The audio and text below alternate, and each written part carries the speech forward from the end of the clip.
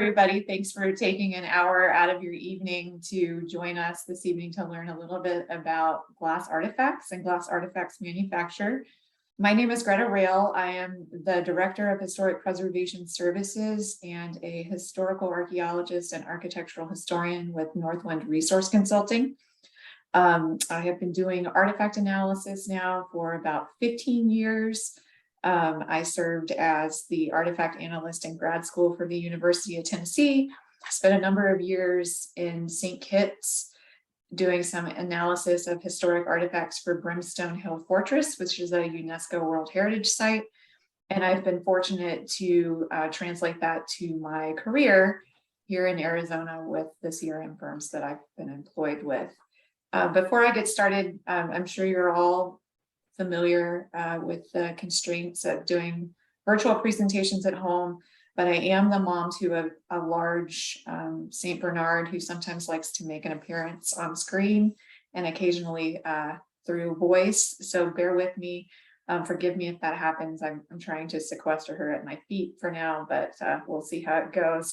And of course, as Tom mentioned, if you have any questions at all, feel free to put those in the chat, and we will hopefully get those answered at the end. And also keep in mind that this is a lot of material. I believe this is the third time Tom and I have done a session on historic artifact analysis and various functions. It always seems to run really, really long. So I'm going to fly through a whole lot of information. Unfortunately, we don't have the benefit of having samples on hand, which I think is always helpful when we're talking about bottles and diagnostic characteristics of bottles. So some of the jargon and terminology is going to get pretty heavy and maybe a little confusing. I've tried to include a lot of pictures to help keep things relevant and hopefully have them make sense. But it will be a whirlwind through glass artifacts as we know them. So please bear with me as I try to struggle my way through a lot of data. So of course, we'll start with the most obvious question, which is why are glass artifacts important? And similar to other material classes, glass artifacts are immensely important to scholars and archaeologists for their information potential. Among other things, diagnostic glass artifacts can provide information on when a site was occupied, what it was used for, and by whom. Although non-bottle glass artifacts, such as those listed on this slide, exist, due to time constraints, the goal of this presentation is to provide information on the dating of typical utilitarian bottles and jars made in the US from the late 18th through the mid 20th centuries. Utilitarian bottles and jars are roughly defined as those intended to be used once to disperse the contained product without much hope of return, those intended to be recycled and reused multiple times by the producer or distributor, or those which date from an era when bottle production was rare and do not otherwise fit the above two categories. The historic bottle website at the link you see on the screen contains thousands of pages and photographs to help explain every facet of glass. The website also has a step-by-step dating guide for historic bottles and jars that prompts you with questions as you move through the process. Additionally, it is organized by question theme, so if you are interested in colors or finishes, the correct answer can easily be found. The majority of the content and images in this presentation comes directly from the website. And if you're not familiar with this website, I would encourage you to bookmark it and take the time to look through it. There is a wealth of information on most of the topics that we're going to cover today. And it's a site that I literally have open every time I sit down to do any type of glass analysis.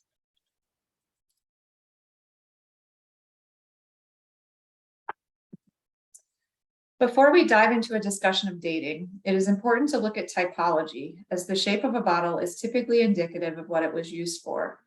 Most bottle shapes were closely associated and identified with a certain product or products, as form follows function to a large degree in bottle shapes and sizes. Of course, there will always be wild exceptions, but for the most part, bottles can generally be placed into 8 broad categories, 7 of which we will discuss on the following slides. Liquor and spirits bottles are a wide variety of shapes and sizes. For example, the colorless and green glass in the front held only a few ounces, while the larger bottles in the back, often referred to as demijohns or carboys, held gallons. In comparison, wine and champagne bottles were produced in a more limited variety of shapes, with the majority being rounded in cross-section rather than rectangular or square. Beer and ale bottles were also bottled in a variety or in a relatively limited array of bottle shapes and were essentially all cylindrical in cross-section. The carbonated nature of soda and mineral water required bottles that were made of relatively thick glass to withstand the gaseous pressure. However, a diverse array of bottle styles were used, many of which you can see here.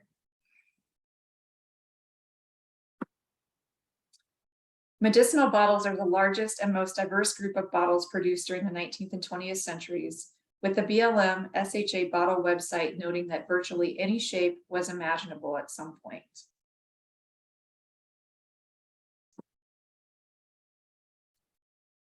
This category is also large with a variety of shapes and sizes. Wide mouths are common, and many tend to be larger in size as food was consumed in larger quantities than most other products. The final bottle type, household bottles, includes those not otherwise covered by the other major categories. This category includes non-food products clearly used in households, such as cleaning products, ink, and toiletries. The last category, which I did not include a slide for, was miscellaneous and foreign bottles. And these were typically bottles that were manufactured overseas and imported to the United States for use in the US and Canada. Before the process of dating a bottle can begin, it is important to understand the different physical attributes it possesses. On the left is a list of descriptive terms most commonly used when describing the physical features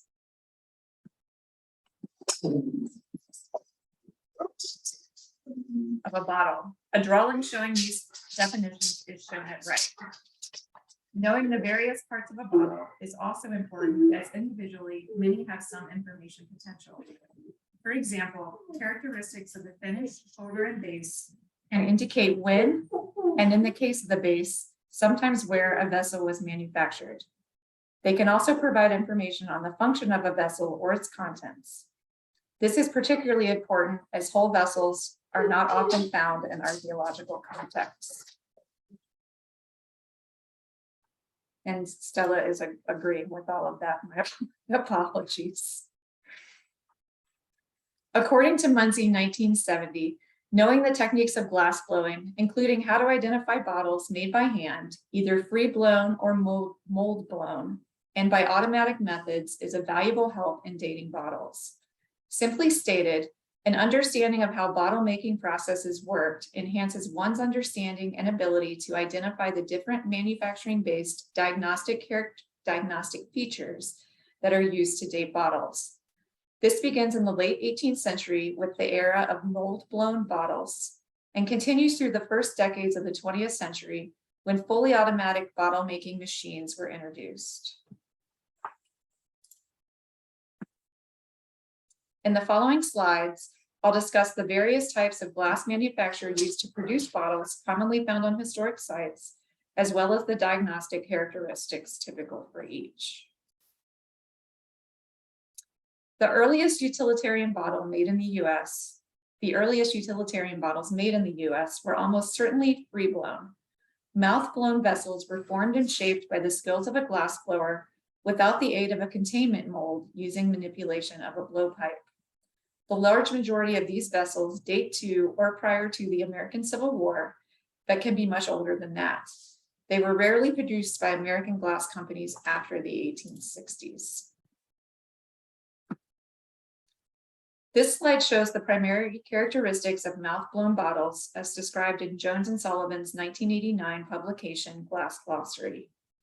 Characteristics of mouth-blown bottles include globe or elongated shapes with an asymmetrical appearance, a tendency for glass to be evenly distributed in various areas of the body, no mold seams, embossing, or molded decorations, an exterior surface that is typically smooth and glossy, and a pontal scar as shown in the photograph at right, which is often present on bottles where the blowpipe was broken off. So that's what leaves the open pontal scar.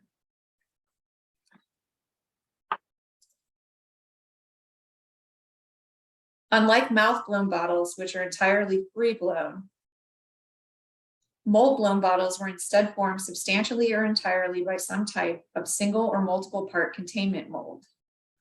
Molds increased the production of bottles greatly since less skills and labor were needed to produce a bottle with a mold than a free-blown bottle. Numerous mold types were invented. These ranged from the most simple, which could be a bucket or dugout hole in the floor of the glassworks, to elaborate full-size molds with as many as 9 different mold sections. For the sake of time, this presentation will focus on 6 types of bottle molds, which you see listed on the slide with their respective date ranges. These include dip molds, keyed and hinge molds, post bottom molds, cup base molds, 3-piece molds, and turn molds. Dip molds consist of simple open top molds that allow for uniformity and consistency in the shaping of the bottle, body, and base.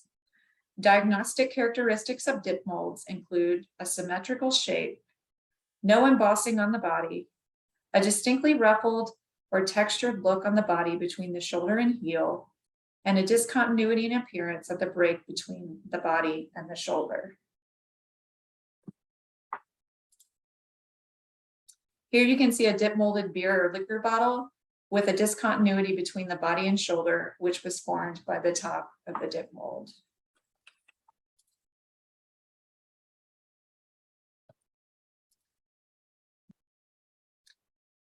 After the dip mold, the simple or true 2-piece mold, typically hinged or fitted, is probably the oldest of the mold types, dating to at least the 1st century AD. The molds could be shoulder height or full height, like the illustration on the slide, and typically did not include any of the finished structure within the mold.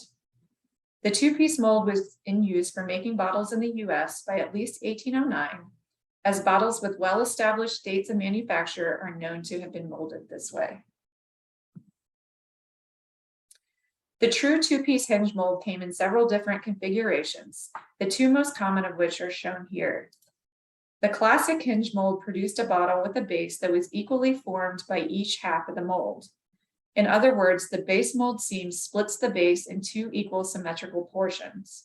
This can be seen in the photograph at right. In comparison, keyed mold used 2 halves that were not equal in size, producing a continuous, though not straight, base seam with a depressed area in the center. As shown in the picture at left, the entire depressed area in the center of the base and bottom and right outer edges were formed by a flange protruding from one mold half.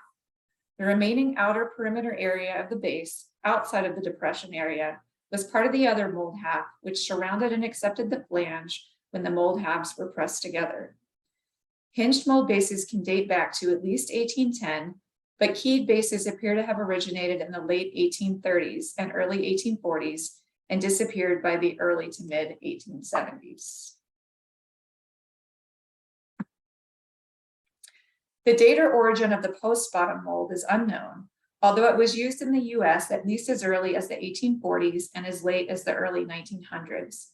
It was the dominant bottle type made during the last third of the 19th century. This mold is actually a 3-part mold, or sometimes more parts, where the middle portion of the base is formed by a separate small plate or post, with the neck, shoulder, body, heel, and outside edges of the base formed by 2 side molded sections. The finish was also partially or totally molded as well.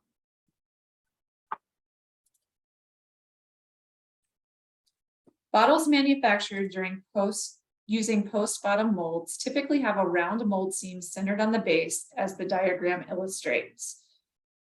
Also, the mold seam will always curl around the heel and proceed onto the base, even if the post plate seam is not obvious.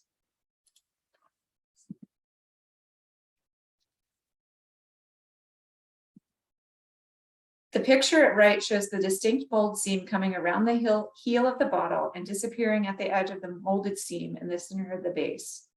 The post-plate mold seam is largely invisible because it forms the edge of the depression, though it is slightly visible on the lower left side. The origin of the cup base mold is unknown, although they appear to have been used as early as 1850. These molds were also at least a three-part mold, where the third piece was a base plate, which had a shallow depression that cupped and molded the entire base and the lower heel of the bottle. The neck, shoulder, and entire body to the upper edge of the heel by two side mold sections, which, unlike the post mold, did not mold into the actual box. These molds typically have a bottom plate parting line at the upper edge of the heel from which the side seams extend. The base will not have mold seams, but embossed and maker's mark are common. Mold marks are small holes on the body, and sometimes the base can be present. Excuse me, just 1 second. Yeah, Greta, you're, yeah. Hold on.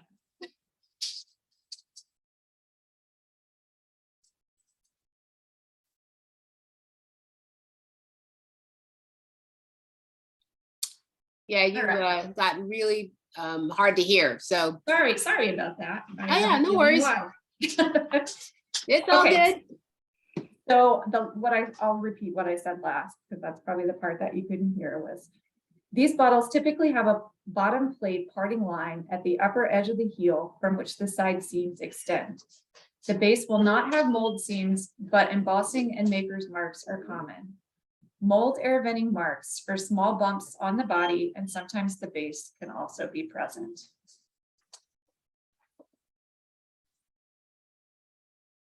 In conjunction with the true two-piece mold, one of the earliest mold types to be used in the US was the three-piece mold, also known as the Ricketts mold, after its inventor Henry Ricketts of Bristol, England.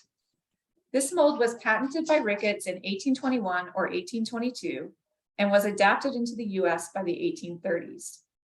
Morphologically, typical three-piece bottles had a horizontal mold seam encircling the bottle where the shoulder and body met, and two mold seams on opposite sides running vertically from the shoulder seam, up the shoulder, and variably up the neck and or finish. Here you can see a light amethyst liquor bottle with distinct mold seams on the shoulder and neck.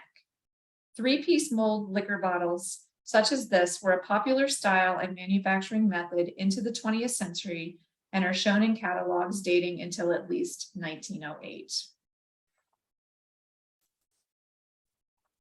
The turn mold, also called paste mold, is more of a process than a mold and could be produced in about any full-height cylindrical bottle producing mold.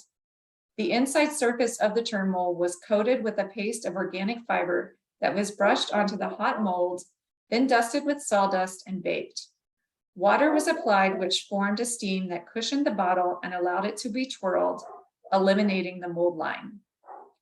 This combination of steam cushion and bottle rotation provided a distinctly smooth and polished glass surface that is characteristic of turn mold vessels. Oftentimes, faint concentric rings remain visible on the body.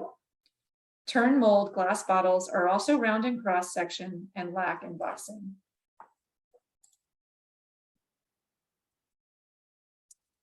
The natural transition of almost all craft-based or manual manufacturing industries during the 19th and early 20th centuries was towards machines and automation.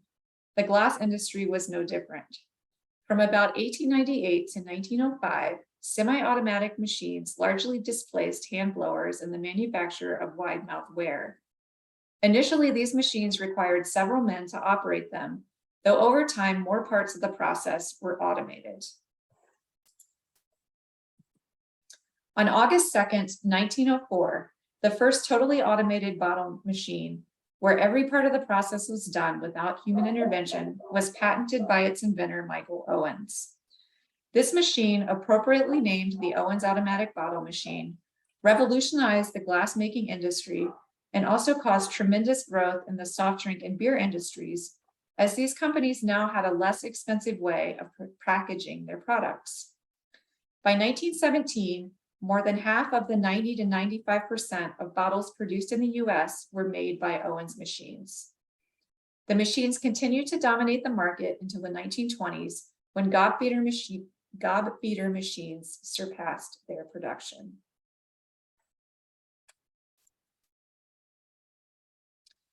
Machine-made bottles exhibit a number of characteristics which make them somewhat easier to identify than the other manufacture types.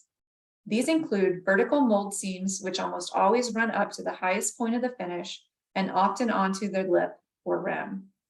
Side mold seams that appear to be finer, though sometimes sharper and more visibly distinct than mouth-blown mold seams. Two additional finish-related mold seams, or one at the top of the seam, which encircles either the bore or outside of the upper lip portion of the finish, and a horizontal seam immediately below the finish, which circles the extreme upper neck.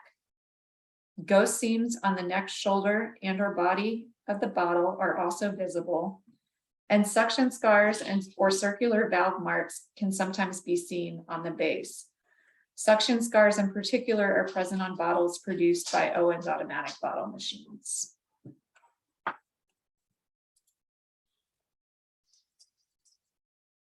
Makers' marks and trademarks are by far the easiest and most accurate way of dating historic bottles. The term maker's mark refers to embossing on the bottle that indicates what glass company actually produced it. These marks are most often, although not always, on the base, heel, or lower body of the bottle and indicate what glass company produced it. The photograph at right shows the maker's mark for the Owens, Illinois Glass Company, a leading manufacturer of glass bottles and jars since 1929. Dr. Julian Toulouse's book, Bottle Makers and Their Marks, first published in 1971 and reprinted in 2001, is the classic reference on the subject, although other useful websites and publications, some of which are listed on the screen, are now readily available.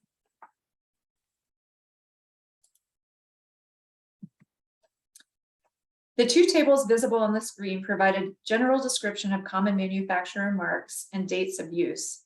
Please note, however, that many companies use different scroll styles, symbols, and numbering schemes that may not be listed.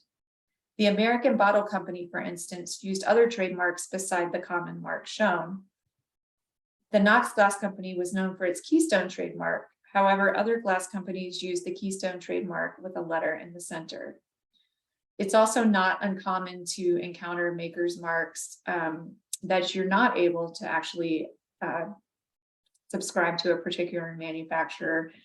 Often you'll find letters or numbers which could correspond to a mold, a particular mold, or a particular mold type, but you can't actually find any information on the maker. This is a topic that we could probably spend an entire webinar on. Lots of people find this very fascinating. It's a very interesting and easy way to date a bottle if those characteristics are present. However, we don't always get lucky in the field and get maker's marks to help us. So that's why we're kind of covering all the other items as well. And keep in mind that the ones that are shown on the screen here are only a few of the thousands that have been used. And also the marks change over time. So as you can kind of see on the slide, a particular bottle company might use one mark for a certain period, but then after a certain date change that mark. So there are lots and lots and lots of maker's marks available, and information on those marks available. Particularly in Toulouse, but also online as well. Although color is one of the more obvious and relatively easy to describe attributes of historic bottles and jars, it is unfortunately of limited utility in classifying a bottle as to age or type. However, it's worth mentioning, as there are sometimes related trends in color that can be of utility for dating. For example, if one has a colorless glass bottle, which was decolorized with manganese dioxide, the glass will turn a light pink or lavender to moderately dark amethyst or even deep purple when exposed to sunlight. This type of glass, known as sun-colored amethyst or SCA, was largely manufactured between 1890 and 1920 and is considered to be particularly useful when dating historical period sites.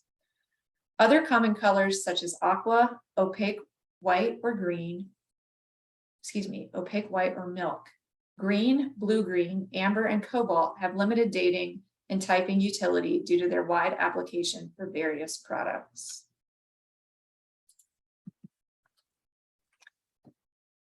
Determining the method or process employed in the finishing of a bottle can also be a useful diagnostic tool in helping date or age a given bottle. Unlike machine-made bottle finishes, which were all produced in a similar fashion, and an assortment of methods were employed on mouth-blown bottles to manipulate the glass at the end of the neck. Two of the most common types of finishes employed on mouth-blown bottles were applied and tooled, both of which have their own diagnostic characteristics. For example, applied finishes are often sloppy, with dripping glass present beneath the lip, while tooled finishes are much neater and more uniform in appearance. Also on bottles with applied finishes, the side mold seams typically end just below the lip, whereas the side mold seams on bottles with tooled finishes distinctively fade out on the neck of the bottle well below the finish. And this you can see on the image at right. The left image, the top left image shows a hand applied finish, and you can see how the mold seam goes all the way to the top, and there's often that sloppiness or what they call slop over just below the finish. And then the right shows a tooled finish, and you can see that it's much more uniform. There's often tooling marks or concentric rings that show up immediately underneath the lip of the bottle, and typically beneath the tooling marks is where the seam will end. And that's because when they're using the tool, they're in essence wiping away the seam and replacing it with the rings. You can also see at left a number of common bottleneck finishes. These have names, which are coded here at the bottom. And these can also be useful for determining the function of a bottle or what was actually in a bottle, as well as also used as a diagnostic tool for dating. Additionally, the utility of closures in regard to dating has also been studied. There's a lot of literature available on the different types of closures that are used. Most commonly, what we find are external thread screw caps, either metal or plastic, crown closures. Cap seats are common on milk bottles. Hutchinson stoppers we found quite common in St. Kitts when I was doing artifact analysis there. Each of these has a date range ascribed to them. I've included a table here just to kind of give you an example. This is based on Lindsay 2009. And they've provided date ranges for closures that can be useful. I don't typically like to use these as a single diagnostic indicator, but they can be useful when you're looking at multiple characteristics on a bottle to kind of help narrow down a particular time frame.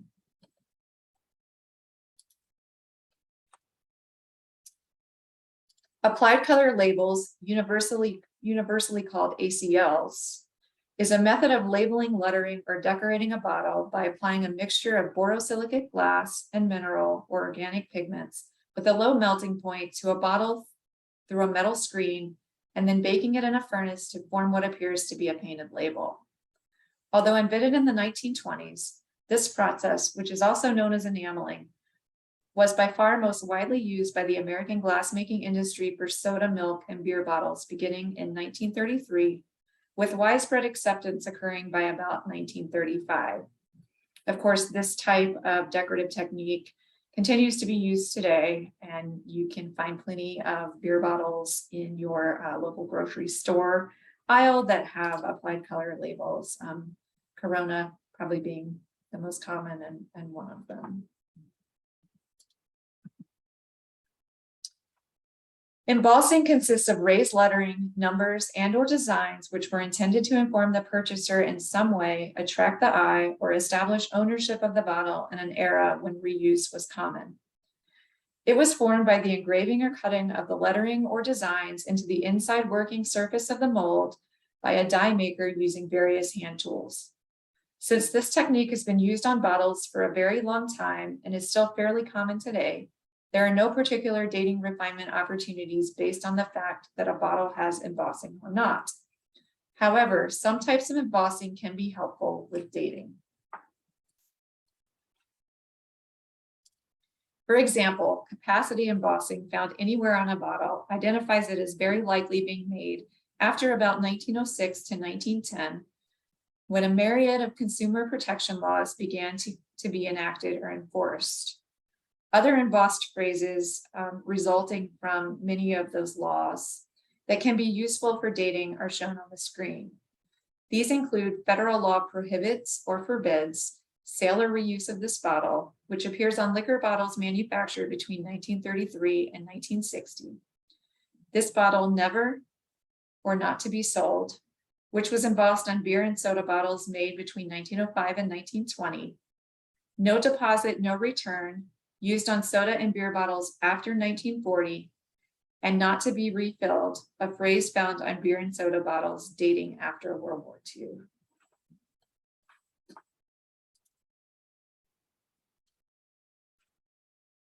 As an alternative to embossing, bottles could also be engraved or etched. Engraving entailed the use of a diamond-tipped tool or small copper wheels to cut into the surface of the bottle. While frequently used on decorative glassware, engraving on bottles was usually utilized to create a design in the surface of specialty items like dispensing bottles and globes found in drugstores and to label perfume and cologne bottles. Etching was typically done with hydrofluoric acid and resulted in a frosted appearance to the glass surface.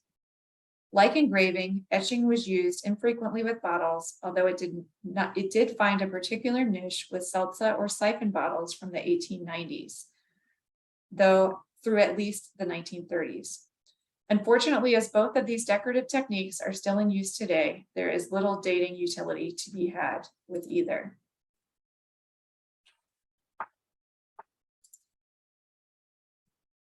And I am shocked and amazed that I've actually finished the presentation with plenty of time to spare to take questions from anyone who may have them. Again, I would encourage you, if you're able to attend this session live with Tom or I, it's wonderful to be able to have a hands-on experience. It's a lot easier to when you have the availability to see the bottles and to put your hands on them. We often pass them around the room so that people can get a feel and an idea of the types of manufacturing techniques that are used. It's kind of static and difficult to convey with a webinar. So my apologies for running a bit short. But Tom, I don't know if you wanted, or Margaret, if you wanted to read the questions or if you wanted me to read them. Yeah, looks like we have one question in there that Tom sort of got at, but I'll go ahead and read it out up front. By the way, I hope everybody's been checking the chat because Tom has popped in a lot of great information. So please, grab some of that. I believe chats can be downloaded.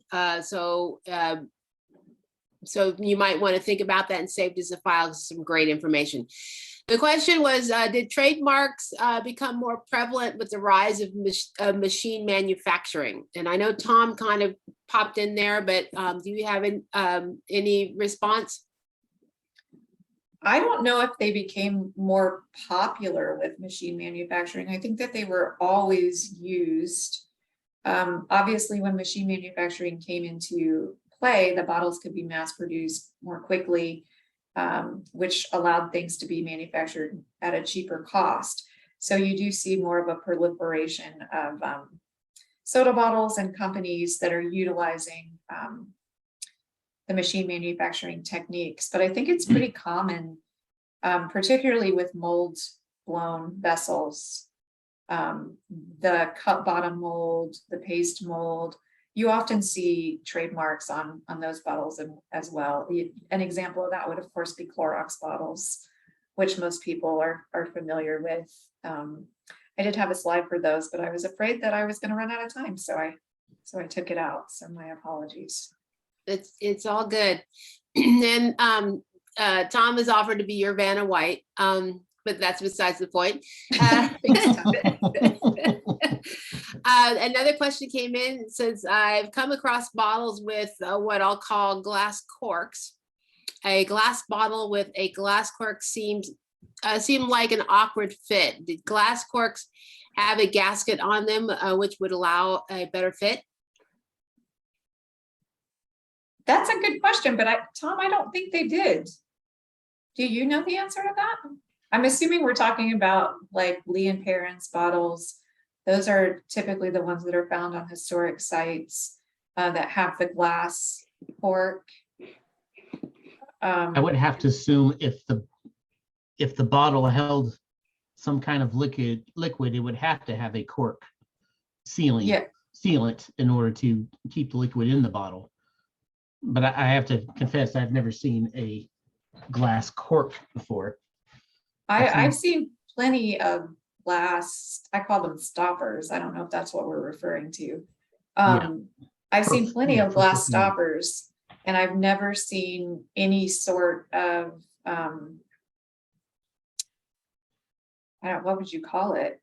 Rubber piece or anything that was around the cork that would have held it in place.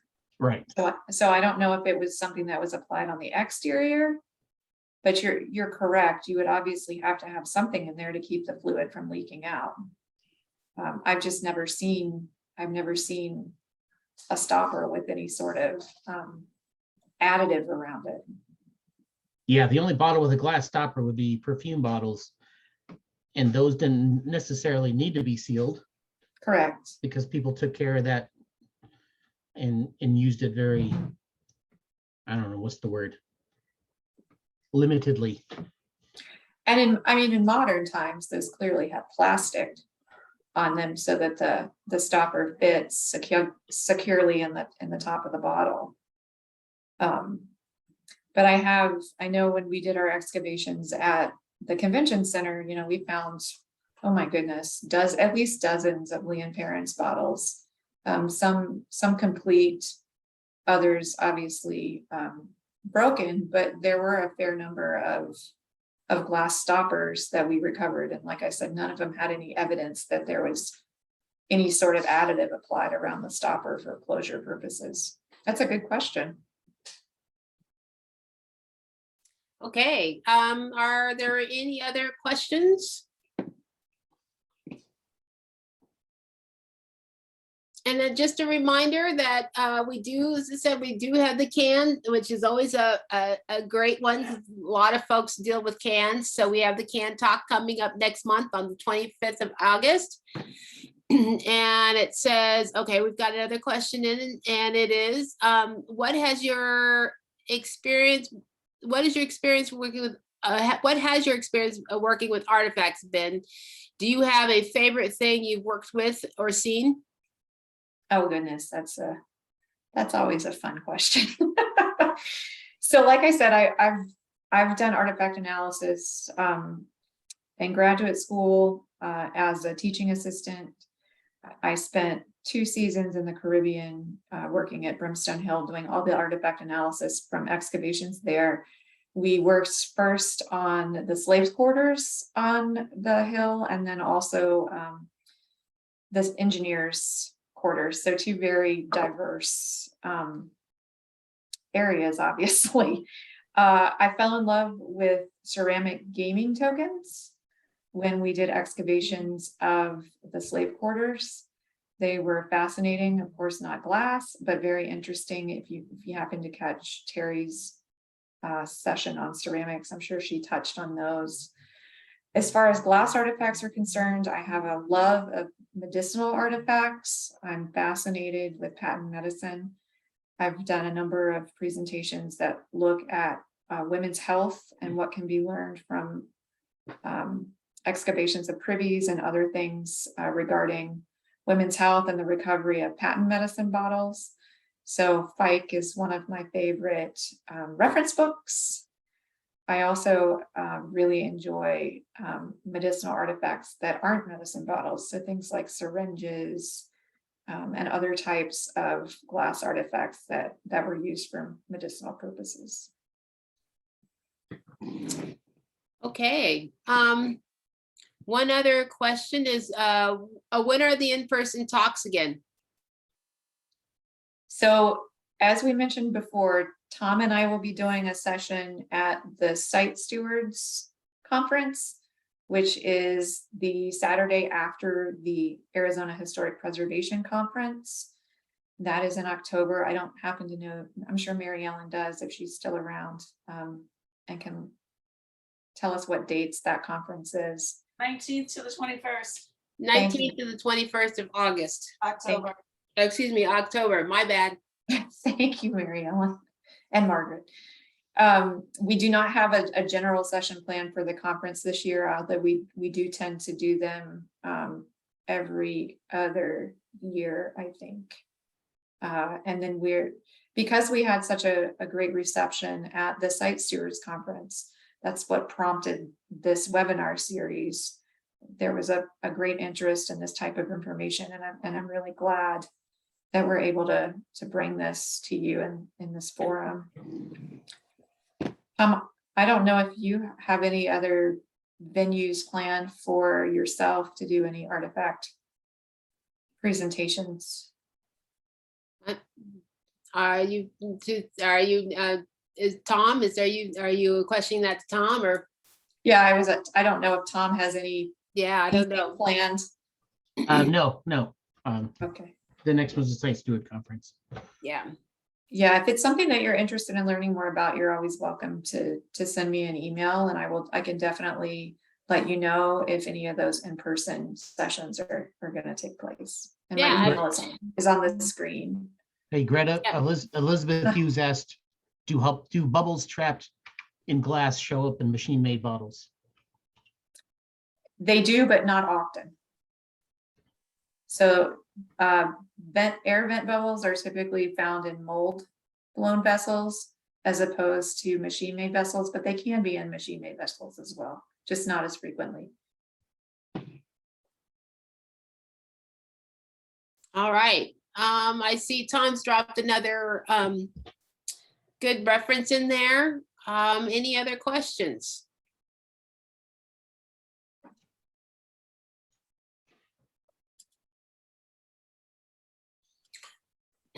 Well, looks like we may have done it, and Greta's graciously left her address there. And I do want to remind folks, please get back to us if you have an interest in seeing other types of presentations like this.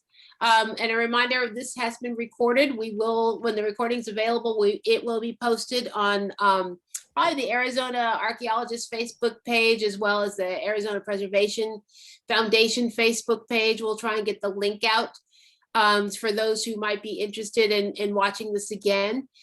Feel free to follow up with us if you want more information. But Tom certainly put a lot of great information in there. And please keep an eye out for announcements for the next talk on cans, which is usually a great topic, because that's a lot of what we often deal with.